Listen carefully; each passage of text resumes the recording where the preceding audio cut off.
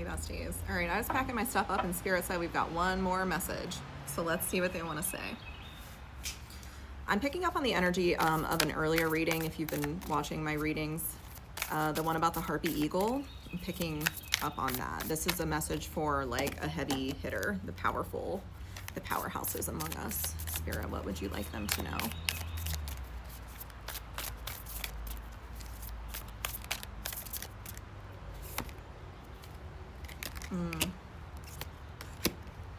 Bestie,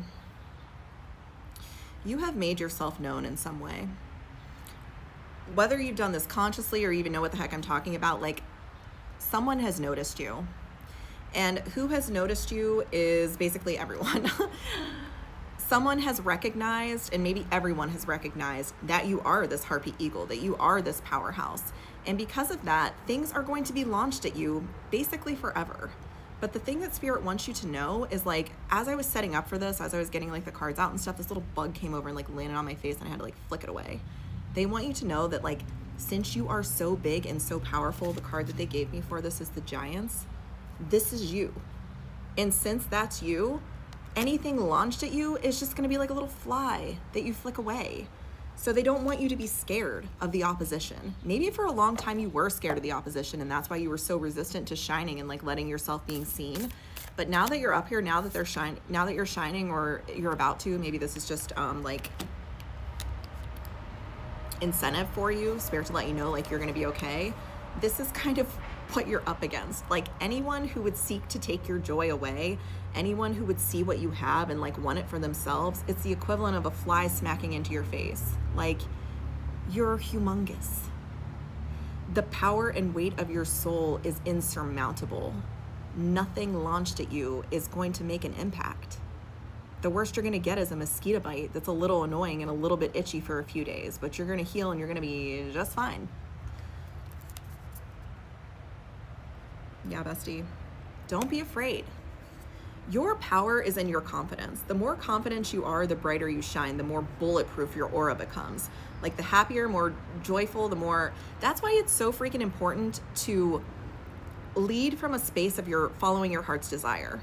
Like the more powerfully you feel drawn to something, the more confident you will be about going forward. And when little setbacks arise, they won't really matter to you because you know that like this thing is so freaking important to you that you're either going to accomplish it or you're going to die trying. And if you don't have something, if you haven't identified what you feel that way about, everything you do is going to be a little bit shaky. All your steps they're not going to quite have that confidence because you don't really know where you're heading. So if you don't know where you're heading, I would encourage you to tap into your subconscious energies, tap into your emotions, and figure out what that is. You really need to figure out what your mission statement is. Like, what did you come to Earth to accomplish? If you knew that you could accomplish anything you wanted, you could be or do anything you wanted, what would it be? What do you want to be the best at? If you were number one at any given thing, what would you choose? That's what you need to strive for. You feeling that way is the only indication that you need that that's where you're supposed to be going. And it might make zero sense to you, bestie. You might be like, I want to be the best fiction writer that ever lived. And you might be like, I suck at writing. Bestie, no the heck you don't. You just haven't tried, okay?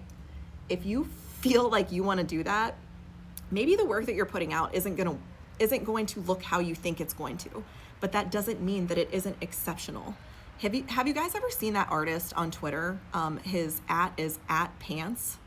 He draws like really, I don't even know how to describe this. It's just like very rudimentary, like little sketches. Like if you were to compare that to like fine art, maybe people wouldn't say that they were in the same category, but the stuff that he does is incredible.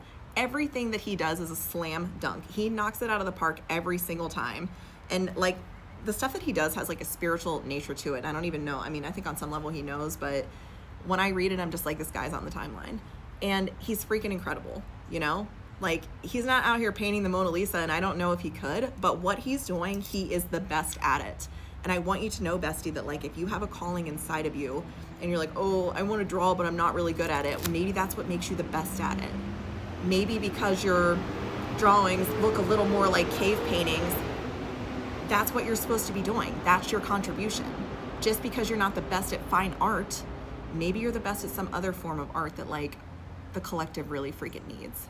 So that was a little rant as an aside on that. Spirit. Yeah, bestie. Hell yeah.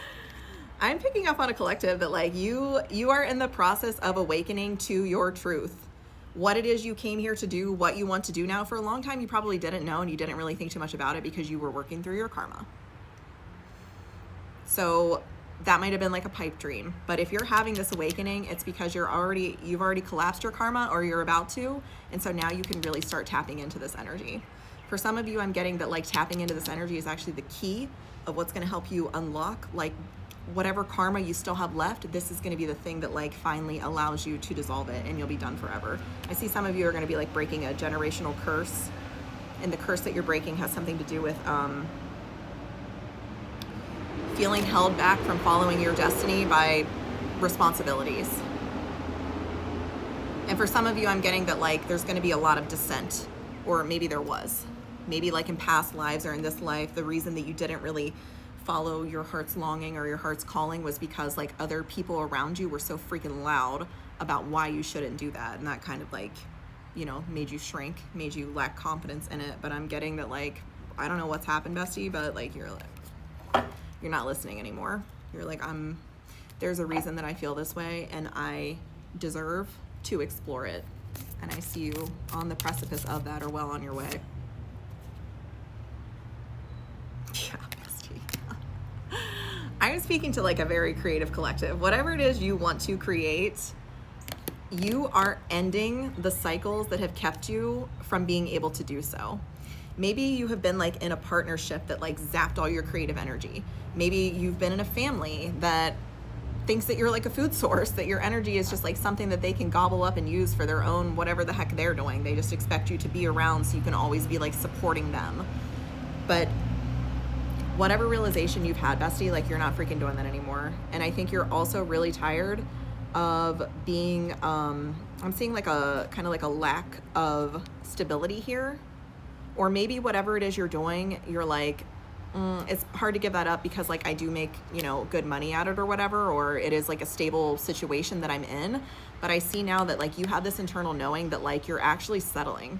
Like whatever stability it is you have right now, you're freaking settling, because if you were to take this all the way, this like Page of Pentacles energy, if you were to turn, you know, if you were to become like the King of Pentacles with this, like that's your 10 of Pentacles. This is your freaking ticket to the big leagues. Yeah, bestie. Right now you have the Ace of Pentacles, but whatever wounding you had in place, you're healing it. You're freaking healing it. And you're, oh my God, bestie. This has been like, wow, I'm like speechless. Whatever you had to overcome has given you the confidence to know that you can do this. Because whatever like crappy hand you were dealt in life, the fact that you're still standing, the fact that you're now coming out on the other side of that, or you like have resolved that you're going to, has given you the confidence. You have shown yourself that you're capable of really hard things. And even if this thing is really hard, who cares? Because I've done way worse things. I've done way harder things. Oh my God, bestie. Yeah. You've proven to yourself that your stability is not reliant on your external circumstances. You might have been a person who has existed in really chaotic situations, and that has probably sucked, but it has also given you an opportunity to prove to yourself how freaking sturdy you are. If you can put up with all that crap, imagine what you could accomplish if you freed yourself from it.